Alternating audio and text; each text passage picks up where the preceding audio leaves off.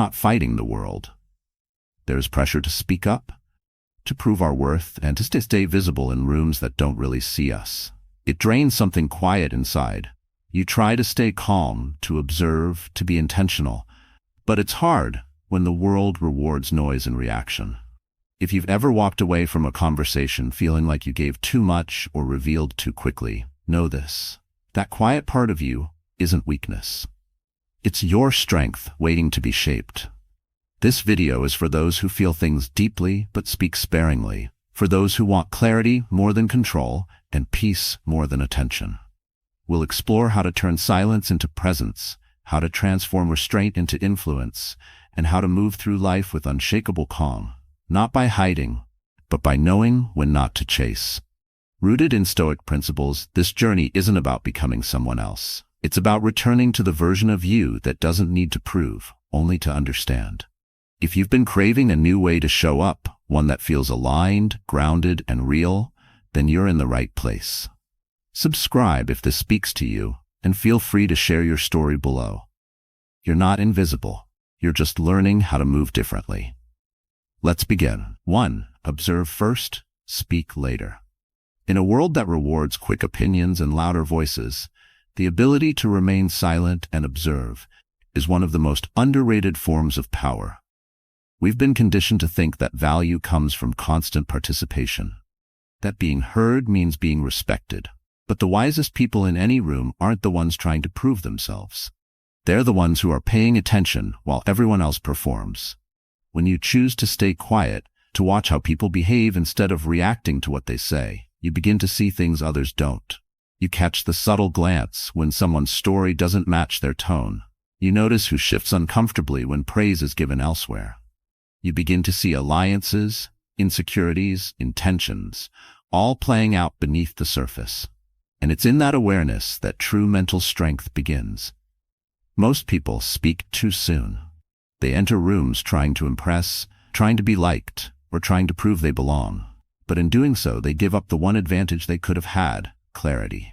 When you speak first, you reveal your position. You expose your rhythm, your needs, your ego. But when you observe, you collect information. You learn the unspoken hierarchy of the room.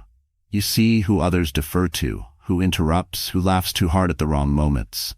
These aren't just social cues, they're maps. And if you learn how to read them without being emotionally pulled, you quietly move 10 steps ahead. There's a kind of confidence that doesn't come from knowing everything. It comes from knowing enough to wait. You don't need to dominate a conversation to control its direction. Sometimes all it takes is one well-timed sentence. But you can't get there without observing first. In high-stakes meetings, intense family conversations, even in casual interactions, the person who says the least often sees the most. It's not about withholding your voice out of fear. It's about understanding that your silence isn't absence, it's presence. Concentrated.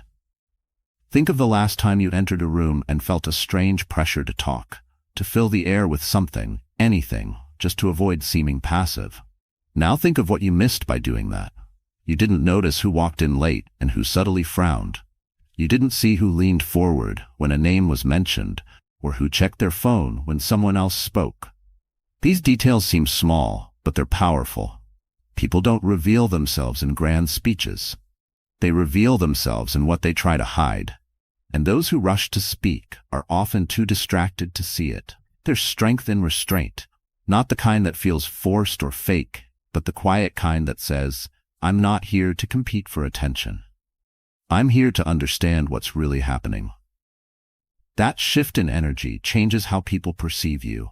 You're no longer just another voice in the crowd. You become someone who listens without judgment, who doesn't react emotionally, and who speaks only when it adds value. Over time, people begin to notice. They lean in when you talk. They pause when you stay quiet. You haven't asked for respect. You've earned it through clarity, not volume.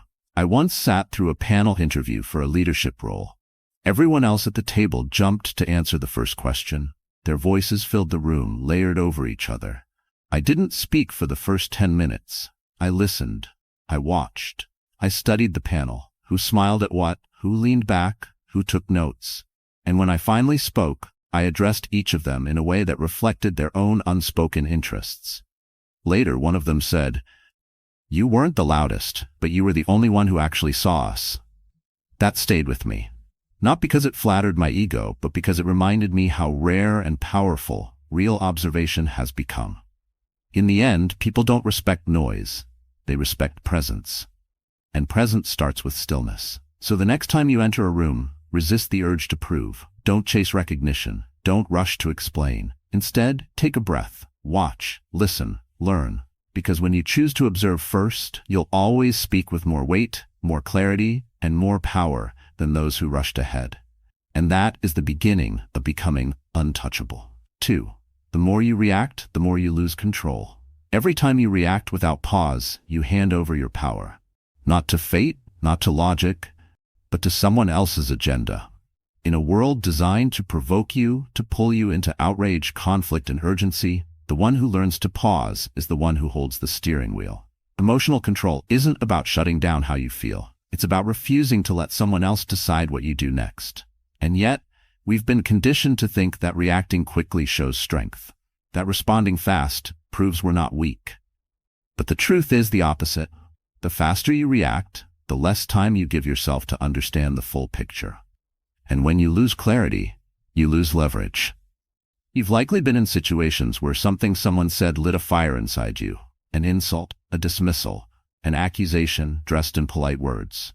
Your heart raced, your voice rose, your thoughts scattered, and afterward you felt drained, maybe even foolish. Not because what they said didn't matter, but because your reaction gave them more than they deserved. Your attention, your energy, your control. The Stoics called this the internal war, the quiet battle between impulse and intention. And the ones who win it are the ones who know that not everything requires a reply. Sometimes, strength looks like stillness. There's a man I worked with years ago. Brilliant, disciplined, but always on edge. Every comment that hinted at criticism became a fight. Every delay triggered frustration. One day, during a tense meeting, a younger colleague interrupted him mid-sentence. His face tightened, his voice sharpened, and before the room could blink, he was defending himself against a threat that didn't even exist. Later, in private, I asked him what he heard in that moment. He said, "Disrespect." But that wasn't the truth. It was projection. And in reacting to what he imagined, he lost the trust he had built in silence. When you react, you don't respond to reality. You respond to your interpretation of it. And interpretations, especially under stress, are rarely accurate. That's why emotional self-control is not a luxury. It's a survival skill. It separates the man who speaks with precision from the one who babbles to be heard. It's what allows you to sit in discomfort without scrambling for relief. And most importantly, it gives you time to think, to watch, to choose your moment, instead of being dragged into someone else's. There's another angle to this. People often test you not with intention, but by habit. They push, they provoke, they vent, and they're used to others matching that energy. So when you stay composed, it resets the rhythm. Suddenly, they're exposed. Because the drama they expected didn't arrive. And now they're alone in the noise they created. That moment, when you choose stillness over reaction, that's when you begin to lead. Not with dominance, not with words, but with presence. Because the person who doesn't flinch, who doesn't explain, who doesn't rush to defend, becomes unreadable and respected. I remember once receiving an email that was clearly meant to provoke. Every sentence was laced with sarcasm and hidden blame. My first instinct was to respond line by line, to correct, to clarify, to prove I wasn't at fault. But I waited. I read it again the next morning, and instead of defending, I asked a single question that reframed the entire conversation. The reply came back softer, more honest. What I thought was an attack turned out to be frustration, not aimed at me, but at a system we were both caught in. If I had reacted, I would have deepened the divide. By pausing, I created space for clarity. In the end, people remember how you made them feel. But more than that, they remember how you made them feel about themselves. When you react harshly, you invite more of what you dislike. But when you remain calm, even under pressure, you send a signal. I'm not here to match your chaos. I'm here to hold my ground. And that kind of energy doesn't just protect your peace, it shifts the entire room. So the next time something stings, Don't rush. Don't reach for revenge or the perfect comeback. Let the moment breathe. Let your mind catch up to your emotions. And remember, the one who speaks last, after observing it all, often says the only thing that matters. 3. Staying calm is a form of strength. Not all strength makes noise. Some of it walks into a room slowly, holds still in a storm, and says nothing when it could have said everything. In a world that rewards reaction, remaining calm has become a radical act, not of passivity but of control. Calm is not weakness. It's what remains after panic has burned out. It's what allows you to lead when others are unraveling. And in moments of pressure, your ability to stay calm is often the one thing that separates influence from chaos. People often mistake calmness for indifference, but they're not the same. Indifference is apathy. Calmness is discipline. When someone stays composed while others shout, it's not because they don't care. It's because they've trained themselves to feel without folding. That kind of self-mastery doesn't happen overnight. It's forged in silence, through the decision to pause when you want to explode, to stay still when every part of you wants to act.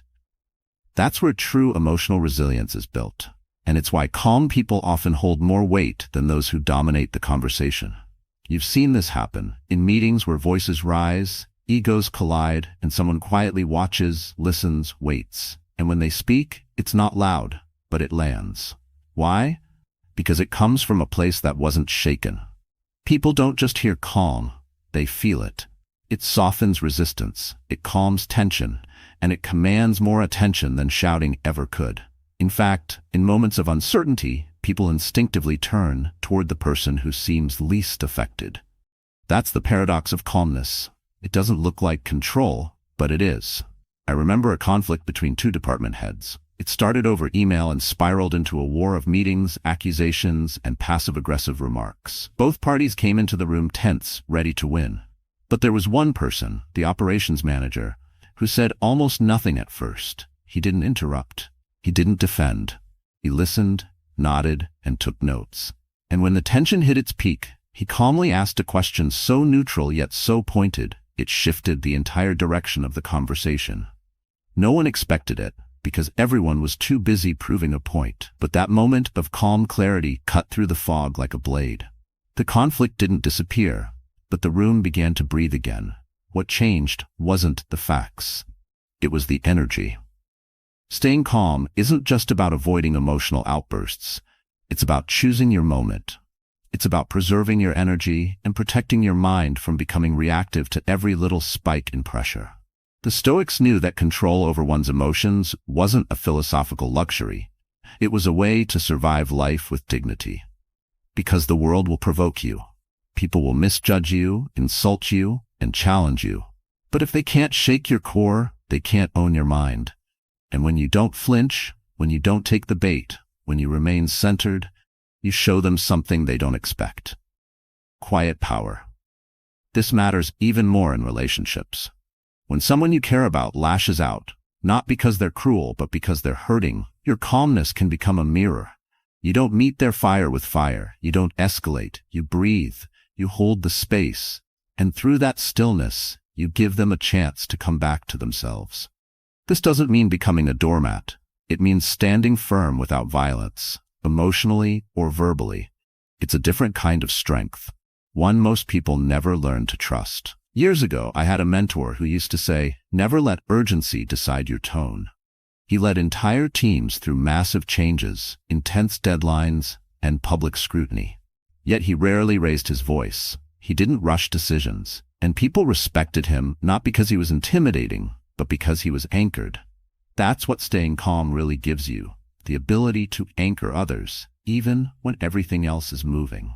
So the next time you're pulled into tension, whether it's a disagreement, a crisis, or someone else's storm, ask yourself, what would staying calm protect right now? Your reputation, your clarity, your peace of mind? Then act like someone who knows the answer. Because the world doesn't need more noise, it needs more presence. And presence begins with calm. 4. Sometimes silence says everything. There are moments when silence speaks louder than the most carefully chosen words. Not the kind of silence that comes from fear or hesitation, but the kind that's deliberate, anchored, and full of presence. In a world where everyone's rushing to be heard, where conversations turn into contests and pauses feel uncomfortable, the ability to hold your silence is a rare form of control. It's the kind of control that doesn't need to interrupt, dominate, or explain, because it knows that in the right moment, saying nothing is saying everything. Silence, when intentional, isn't absence. It's precision. And those who know how to use it create a rhythm others can't keep up with. People often underestimate the tension created by a pause. But when you hold it, when you resist the urge to jump in, to clarify, to make things comfortable, something powerful happens. The other person fills it. They speak more, they reveal more, and if they're trying to manipulate or impress, the silence exposes it. They start to overreach, explain too much, reveal what they didn't intend to. You didn't corner them, you just gave space. And the truth spilled out on its own. That's the unseen weapon of silence. It's not used to attack, it's used to allow. And in that allowing, you gain insight that no question could have uncovered. Most people can't sit in silence because it forces them to meet themselves.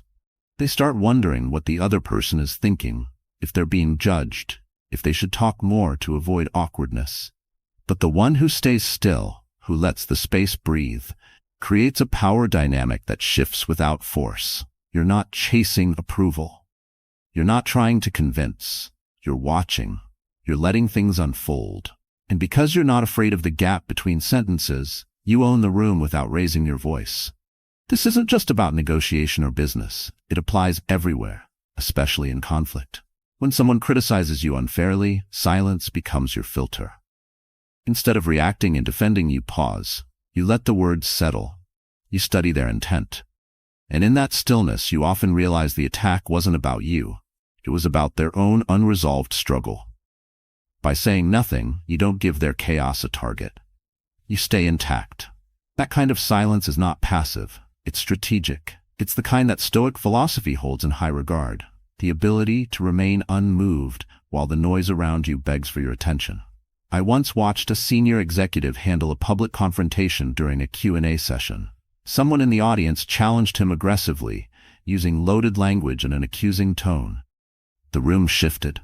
Everyone expected a sharp response, but instead, the executive remained quiet for a few seconds. He didn't flinch, he didn't rush to answer. His silence wasn't nervous, it was grounded. And in that short moment, the tension turned back on the man who had spoken. His aggression no longer looked bold, it looked insecure. When the executive finally replied, he spoke one sentence. Calm, composed, clear. The exchange ended there, and people remembered it. Not because of what he said, but because of how little he needed to say. Silence also has a way of revealing your own truth. When you stop talking just to fill the gap, you start hearing what's actually going on inside you.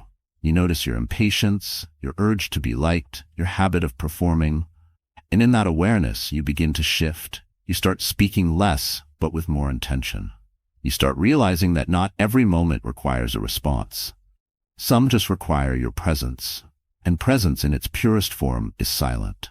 So next time you feel the need to explain yourself, to reply quickly, to prove you're in control, wait.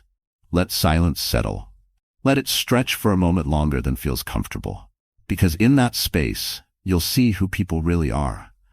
And more importantly, you'll see who you are when you're not trying to be anyone else. That's not avoidance, that's power. The kind that doesn't need to speak to be heard. 5. Don't let anyone predict your next move. Predictability is a comfort to others, but a trap for you. The moment people can read your next move, they start shaping your story for you. They plan around you, speak before you, and manipulate without needing to force. And what's worse, you rarely notice it happening. That's because repetition creates patterns, and patterns make you visible. Not in a good way, but in a way that strips you of leverage. The more predictable you are, the easier you are to control. Not because you lack strength, but because you gave away your rhythm too early. In personal dynamics, at work, and in social situations, most people are running on autopilot. Same reactions, same responses, same roles they've unknowingly accepted. The people around them know exactly how to trigger a reaction, how to get a favor, how to push a boundary, and it works every time. Why? Because most people are afraid to disrupt their image. They'd rather be liked than be underestimated. They'd rather be safe than sovereign. But someone who's learning to move differently, someone training their mind to observe, detach, and shift their behavior without warning, that person becomes hard to manage, hard to read, and eventually hard to stop. Stillness, when used with precision, becomes unreadable. But that's not enough.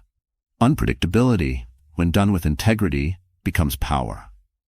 This isn't about being erratic or emotionally impulsive. It's about developing mental flexibility. It's about making your next step so deliberate and so unexpected that it forces others to reassess what they thought they knew about you. You're not acting out of rebellion or ego. You're simply no longer reacting in ways they've come to expect. And that shift, when quiet and grounded, rewrites the entire dynamic. A man I once worked with was known for always saying yes. Reliable, supportive, never a complaint. People liked him, but they also used him. It wasn't malicious, it was subtle. Deadlines would be pushed onto his plate, mistakes would be forwarded with, "Can you take care of this?" And he did. Until one day, he stopped. Not loudly, not with drama. He just started saying, "I'll get back to you," and sometimes he didn't. At first, people were confused. Then they were forced to adjust. They asked instead of assuming. And just like that, his boundaries were no longer optional. They were respected. When you interrupt your own pattern, people pay attention. It breaks their script. It makes them question what they've taken for granted. And when done with calm intention, it doesn't make you look unstable. It makes you look aware. Aware of the ways you've been giving yourself away. In your availability, in your tone, in your silence that wasn't chosen but expected. Reclaiming your unpredictability